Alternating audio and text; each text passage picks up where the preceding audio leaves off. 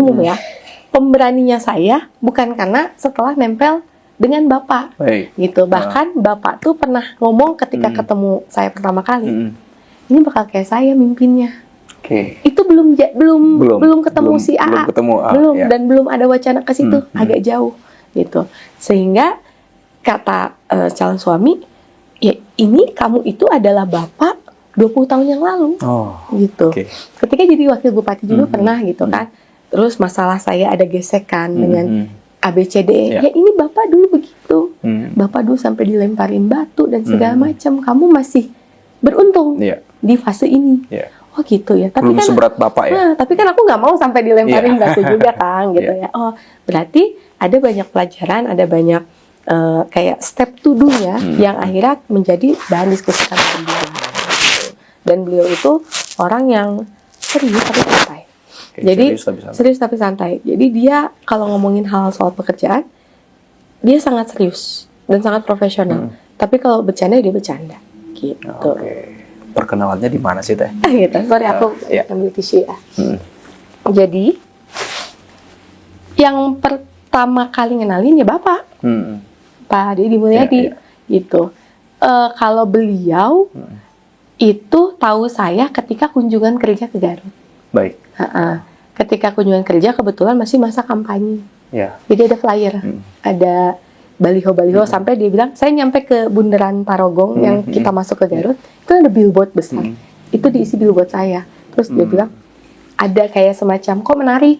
Nah ya udah akhirnya dari situ dari rekan-rekan sesama partai Gerindra disampaikan ke Bapak. Kebetulan saya lebih sering komunikasi dengan Pak Deddy daripada sama calon suami. Jadi Pak Deddy juga tahu saya orangnya gimana, maka akhirnya beliau pede lah. Sama anak saya aja daripada sama-sama yang lain gitu. Gitu. Jadi Bapak sih yang ngenalin pertama kali waktu ada agenda kampanye ke Garut. Langsung klop itu Teh?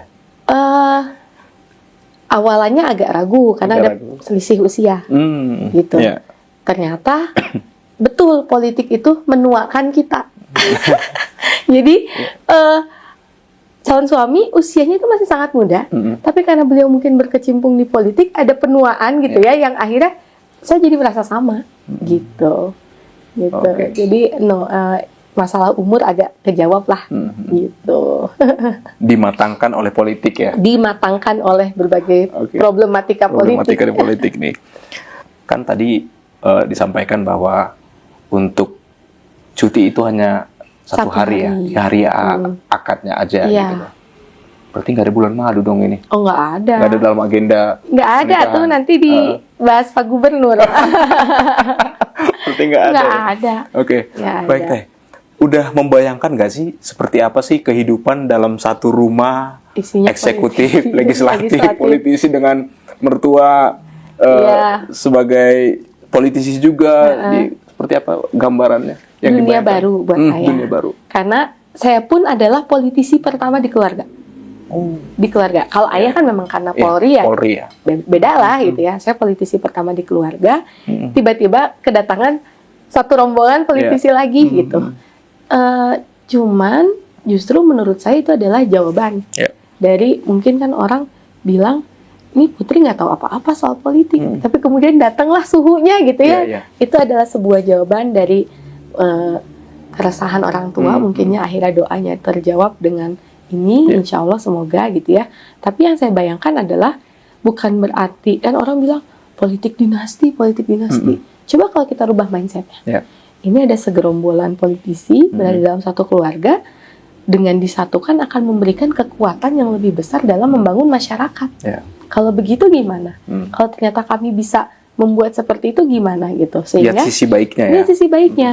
Kan karakter orang bisa dilihat gitu. Dan mungkin dilihatnya tidak bisa sehari 2 hari. Ya sekarang karena kami masih menjabat, ya silahkan nikmati, silahkan lihat, pantau, evaluasi. Sekiranya memang ada hal yang salah dari kami kan pasti akan ketahuan. Ya itu aja sih pesan untuk masyarakatnya, jangan khawatir akan menjadi politik dinasti. Saya pun kalau misalnya boleh memilih, pengen jadi ibu rumah tangga nyantai-nyantai. Gitu. Download Tribun X sekarang, menghadirkan lokal menjadi Indonesia.